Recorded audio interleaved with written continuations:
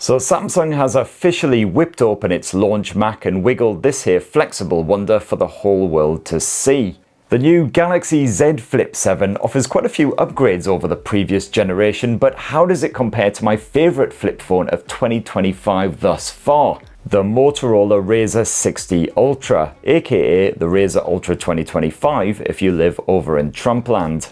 Now the Galaxy Z Flip 7 will cost you from £1,049 if you want the 256 gig basic model. That's slightly cheaper than the Motorola RAZR 60 Ultra, which starts from £1,099, but you get 512 gigs of storage as standard with Motorola's bendy blower, whereas if you want the same amount on Samsung's Galaxy Z Flip 7, you have to bump up your budget to £1,149. Now I've already reviewed the RAZR 60 Ultra, and here's how that Galaxy Z Flip 7 stacks up. And for more of the latest and greatest and bendiest flippiest tech, please do poke subscribe and ding that notifications bell. Cheers! Now the Z Flip 7 is thinner than previous generations and slightly skinnier than the RAZR when it's all folded up, although those camera lenses do poke out a wee bit more, so there's not really too much in it. And Samsung has boosted the durability as well with its fresh new Armor Flex hinge, although this is still constructed from Sammy's Armor Aluminium, whereas the hinge on the Motorola RAZR 60 Ultra is made from titanium. But both of them feel suitably durable when you are opening and closing them. There's no creakiness, no troublesome squeaking or popping or such forth, but of course only time will tell how they hold up to tens of thousands of open and close type actions. Sorry, that wasn't a very well constructed sentence at all. And Samsung has gone for a bit of Gorilla Glass Victus 2 up front versus Gorilla Glass Ceramic on the Motorola, so that flip should prove more durable when it comes to drops, whereas the RAZR slightly more resistant for the old scratching. And meanwhile, flip them around, Samsung has gone for a standard matte glass finish for the flip, while Motorola offers the RAZR 60 Ultra in quite a few different designs, including my favourite, this here wooden arse effort. Samsung is offering some fresh colours for the Z Flip 7, however, including the moody blue shadow, jet black, and the incredibly bright and bold coral red, which is positively eye-searing. And of course, with both phones, you've got zero hinge gap, which is the least you'd expect of flip phones in 2025. The hinge is noticeably stiffer on the Galaxy Z Flip 7, so it can be opened to pretty much any angle. In fact, it actually overbalanced before it finally snapped open, unlike the RAZR 60 Ultra. And they're both IP48 rated for dust and water resistance. They can get fully submerged in water, near bother. Now the Galaxy Z Flip 7's 4.1 inch cover screen is slightly larger than the RAZR 60 Ultra's 4 inch effort, but both offer minimal bezel action. And Samsung has done a slightly better job of pushing those cameras up towards the corner to tidy them away. You got Super AMOLED tech on the Samsung versus a POLED panel on the RAZR, and they're both pleasingly poppy with HDR smarts, as well as being crisp enough thanks to the Full HD resolution. As usual, Motorola offers full app access on the RAZR 60 Ultra's cover screen right out of the box, while you will need to download GoodLock on the Z Flip 7 to do the same, otherwise it's just widgets all the way. But both offer full control center access and notification support, and you got various themes and plenty of customization options.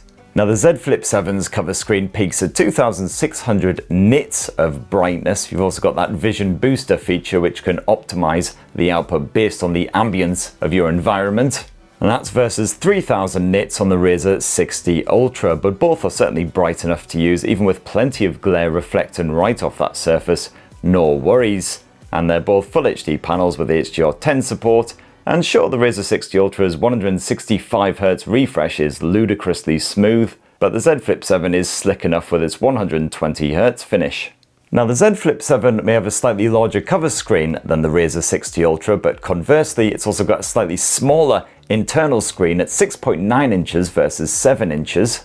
This time Dynamic AMOLED 2X tech, just like the flagships. And that's compared with the 7-inch POLED display of the RAZR 60 Ultra with its slightly longer aspect ratio. And both are certainly well suited to cinematic shenanigans, although the crease is slightly more invisible on Samsung's flip phone. But again, both are more than bright enough for comfortable viewing, even on quite a sunshiny day, while Motorola's panel once again maxes out at 165Hz refresh, versus 120 Hz. Now, one of the more interesting features of Samsung's fresh new Galaxy Z Flip 7 is actually the chipset which runs the bugger. You see, Samsung has stuffed its fresh new 3nm Exynos 2500 inside. This is the first time we've seen any Samsung smartphone using this processor, and it's backed by 12 gigs of RAM. And certainly the everyday handling seems perfectly smooth, but you have to wait for my full review to see how it handles a good bit of gaming and proper full-on intensive use. Unfortunately, the clock speeds and the general performance appear to be significantly lower compared with the beefy Snapdragon 8 Elite, which powers Motorola's RAZR 60 Ultra. Of course, the Moto positively breezes through even the most memory-guzzling games like Genshin Impact and Wuthering Waves, so it is a great choice for gamers. Here's hoping that the Galaxy Z Flip 7 can keep up.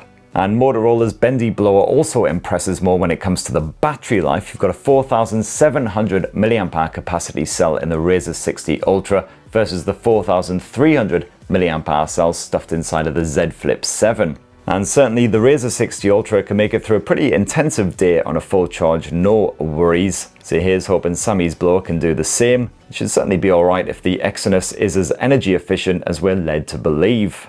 And the RAZR 60 Ultra doesn't only boast a bigger capacity battery, it also charges faster as well, quite a lot faster, 68 watt wired charging versus just 25 watts on the Z Flip 7. And they both support wireless charging, but again, this is quicker on the RAZR 60 Ultra, 30 watts versus 15 watts. But when it comes to the software, it's another flip reverse type situation, because Samsung's Galaxy Z Flip 7 comes with Android 16 and One UI 8 out of the box, whereas the Motorola RAZR 60 Ultra is still languishing on Android 15. You'll probably be stuck on that for a wee while longer. And of course, Samsung is offering a generous 7 years of security patching and OS upgrades with the Z Flip 7, whereas the RAZR 60 Ultra is only going to get 3 OS updates, one of which is to Android 16, and 4 years of security patching. And let's face it, Motorola's update schedule ain't exactly the swiftest. And so if you are going to go for Motorola's blower, you might have to slip on the old patient pants as far as the updates are concerned. Not just the patient pants, you'll need a full-on patient outfit. Of course, the RAZR 60 Ultra does offer a lovely, more stock version of Android, which I do prefer to One UI. You've got the same Google AI shenanigans on both of these phones, while the Flip 7 also sports Samsung's additions, including the Now Bar and Now Brief, while the Motorola offers up exclusives like Catch Me Up and Remember This. Long story short, if you are really into AI, well, either of these phones should keep you perfectly happy. And if you couldn't give a flying toss about AI, well, good, let's crack on. Now, it's a dual lens camera setup on both of these handsets. You've got a pair of 50 meg main camera sensors, while the RAZR 60 Ultra also sports a 50 meg ultra wide angle, while the Samsung makes do with a more basic 12 meg shooter. You've got a variety of filters, of course, all the usual features, and both of these phones can also shoot 10-bit HDR video, which is Dolby Vision in the case of the RAZR 60 Ultra.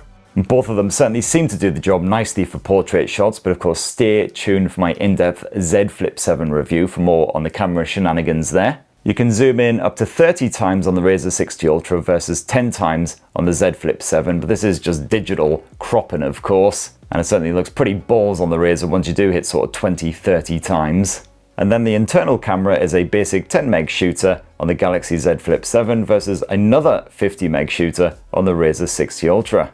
And there you have it, my lovelies. That in a tasty wee nutshell is how Samsung's fresh new Galaxy Z Flip 7 bendy blower stacks up against my favourite flip phone so far of 2025, and also the only flip phone I've actually reviewed in 2025, admittedly, the Motorola RAZR 60 Ultra. And choosing between the two could actually be pretty tricky because, of course, you've got the excellent software support on the Samsung smartphone versus the more convenient cover screen and the upgraded battery tech on the RAZR 60 Ultra. Of course, I'll be fully testing out the performance, the battery life and all that stuff for my in-depth Galaxy Z Flip 7 review, so stay tuned for that. Do bulk subscribe and ding that notifications bell so you're the first to see when that shenanigans goes live. And in the meantime, it'd be great to hear your thoughts. Which one wins, the Galaxy Z Flip 7 or the RAZR 60 Ultra? It'd be great to hear your thoughts down in the comments below. And have yourselves a bloody wonderful rest of the week. Cheers, everyone. Love you.